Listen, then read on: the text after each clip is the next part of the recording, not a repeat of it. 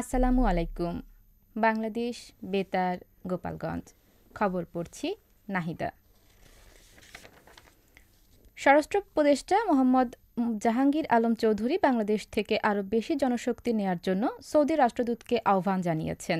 গতকাল সচিবালয়ে স্বরাষ্ট্র উপদেষ্টার সাথে সৌদি আরবের বিদায়ী রাষ্ট্রদূত ঈসা বিন ইউসুফ আল দুহাইলান সৌজন্য সাক্ষাৎ করতে এলে উপদেষ্টা এ আহ্বান জানান। বৈঠকে সৌদি আরবে বসবাসরত বৈধ পাসপোর্টবিহীন ৬৯,০০০ বাংলাদেশি নাগরিকদের অনুকূলে পাসপোর্ট সংক্রান্ত বিষয়াদি সহ পারস্পরিক স্বার্থ সংশ্লিষ্ট বিষয়ে আলোচনা হয়। উপদেষ্টা রাষ্ট্রদূতকে বলেন, সৌদি আরব বাংলাদেশের উন্নয়নে অন্যতম বৃহৎ অংশীদার। একক দেশ হিসেবে সৌদি আরবে সবচেয়ে বেশি বাংলাদেশি কাজ করছে। বর্তমানে সৌদি আরবে ৩.২ মিলিয়ন বাংলাদেশি বিভিন্ন সেক্টরে কর্মরত রয়েছে। এটিকে ৪ মিলিয়নে উন্নতি করতে তিনি রাষ্ট্রদূতের সহযোগিতা কামনা করেন। বাণিজ্য ও বিনিয়োগ বান্ধব পরিবেশ নিশ্চিত করতে বাণিজ্য মন্ত্রণালয় প্রতিশ্রুতিবদ্ধ বলে জানিয়েছেন বাণিজ্য উপদেষ্টা শেখ বশির উদ্দিন। গতকাল রাজধানীর হোটেল ইন্টারকন্টিনেন্টালে অনুষ্ঠিত এক সংলাপে তিনি একথা জানান। বাণিজ্য উপদেষ্টা বলেন, টেকসই বিনিয়োগ, বাণিজ্য ও অন্তর্ভুক্তিমূলক অর্থনীতি গড়ে তুলতে অন্তর্বর্তী সরকার কার্যকরী পদক্ষেপ গ্রহণ করেছে। এক্ষেত্রে রেগুলেটরি ফ্রেমওয়ার্ককে আরও গতিশীল করা, অবকাঠামো সম্প্রসারণ এবং রপ্তানি বৈচিত্র্যকরণকে গুরুত্বের সাথে দেখা হচ্ছে। এ সময় ইনহ্যান্সড ইন্টিগ্রেটেড ফ্রেমওয়ার্কের EIF executive director Dr. Ratnakar অধিকারী বলেন, প্রাতিষ্ঠানিক সংস্কার, উৎপাদনশীলতা বৃদ্ধি, বাণিজ্য চুক্তি সম্পাদন এবং সম্পদের সুষম ব্যবহার নিশ্চিত করতে পারলে বাংলাদেশ একটি ডাইনামিক অর্থনীতির দেশ হতে পারে। অতিরিক্ত সচিব এবং বাণিজ্য মন্ত্রণালয়ের WTO উইংয়ের প্রধান ড. নাজনীন কাউসার চৌধুরী, BTM এর সভাপতি শওকত আজিজ রাসেল ও জাপান বাংলাদেশ চেম্বারের সভাপতি তারেক রাফি সহ সংশ্লিষ্টরা এ সময় উপস্থিত ছিলেন। এবারের বাংলা নববর্ষে বাংলাদেশ সহ সারা বিশ্বের জন্য শান্তি কামনা করে উৎসব উদযাপন হবে বলে জানিয়েছেন সংস্কৃতি উপদেষ্টা মোস্তফা সরওয়ার ফারুকী। গতকাল বাংলাদেশ শিল্পকলা একাডেমির জাতীয় নাট্যশালা সেমিনার কক্ষে চৈত্র সংক্রান্তি ও নববর্ষ ১৪৩২ উদযাপন উপলক্ষে বিস্তারিত কর্মসূচি নিয়ে আয়োজিত এক সংবাদ সম্মেলনে তিনি এসব কথা বলেন। উপদেষ্টা বলেন, এবারের মঙ্গল শোভাযাত্রায় বাংলাদেশের ২০০ জন ব্যান্ড তারকা উপস্থিত থাকবে। সেখানে from the river to the sea, Palestine will be free এ গান গেয়ে শোভাযাত্রা শুরু হবে।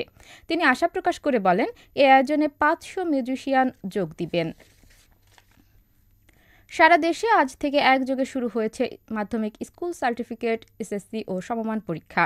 এবছর ৯টি সাধারণ শিক্ষা বোর্ড এবং মাদ্রাসা শিক্ষা বোর্ড ও কারিগরি শিক্ষা বোর্ডের অধীনে মোট ১৯,২৮,১৮১ জন শিক্ষার্থী পরীক্ষায় অংশ নিয়েছে।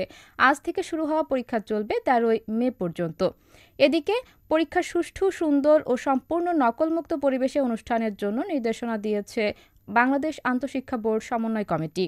এতে বলা হয়, পরীক্ষার প্রশ্নপত্র ফাঁস সম্পর্কিত গুজব, নকল বা অসদুপায় অবলম্বনের সঙ্গে সংশ্লিষ্ট ব্যক্তির বিরুদ্ধে শাস্তিমূলক ব্যবস্থা নেওয়া হবে। নড়াইলে চৈত্র সংক্রান্তি ও বাংলা নববর্ষ ১৪৩২ উদযাপন উপলক্ষে এক প্রস্তুতি সভা গতকাল জেলা প্রশাসকের সম্মেলন কক্ষে অনুষ্ঠিত হয়।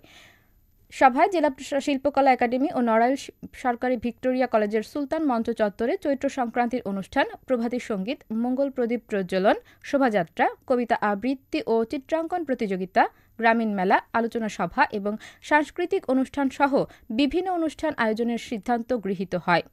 জেলা প্রশাসক শারমিন আক্তার জাহানের সভাপতিত্বে অতিরিক্ত জেলা প্রশাসক সার্বিক লিঙ্কন বিশ্বাস, বিভিন্ন সরকারি দপ্তরের কর্মকর্তা ও সাংবাদিক সহ সাংস্কৃতিক সংগঠনের প্রতিনিধিরা এ সময় উপস্থিত ছিলেন। গণমানুষের বিভিন্ন সমস্যা নিয়ে গতকাল নড়াইল জেলা প্রশাসকের সম্মেলন কক্ষে এক গণশুনানি অনুষ্ঠিত হয়। জেলা প্রশাসক শারমিন আক্তার জাহান গণশুনানিতে উপস্থিত বিভিন্ন শ্রেণী-পেশার মানুষের অভিযোগের কথা শোনেন এবং তার সমাধানের জন্য প্রয়োজনীয় গ্রহণের জন্য সংশ্লিষ্টদেরকে নির্দেশনা প্রদান করেন। অতিরিক্ত জেলা প্রশাসক সার্বিক লিঙ্কন বিশ্বাস, জেলা সমাজসেবা কার্যালয়ের উপপরিচালক ZM মিজানুর রহমান খান সহ জেলা প্রশাসনের কর্মকর্তাগণ এ সময় উপস্থিত ছিলেন। মাদারীপুরে ট্রাক চাপায় ৪ বছর বয়সী এক শিশু নিহত হয়েছে।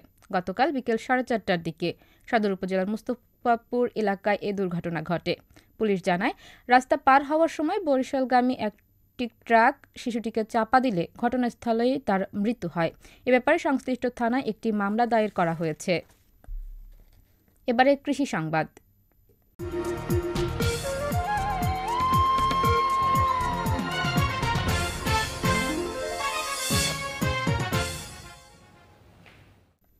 গোপালগঞ্জ জেলার মুকসুদপুর উপজেলায় এবছর ৩৬ হেক্টর ধনিয়া চাষ করা হয়েছে। এসব জমি থেকে উপজেলার কৃষকেরা এবছর ৬৫ মেট্রিক টন ধনিয়া উৎপাদন করতে পারবে বলে আশা উপজেলা কৃষি বিভাগের। সবশেষে আবহাওয়া।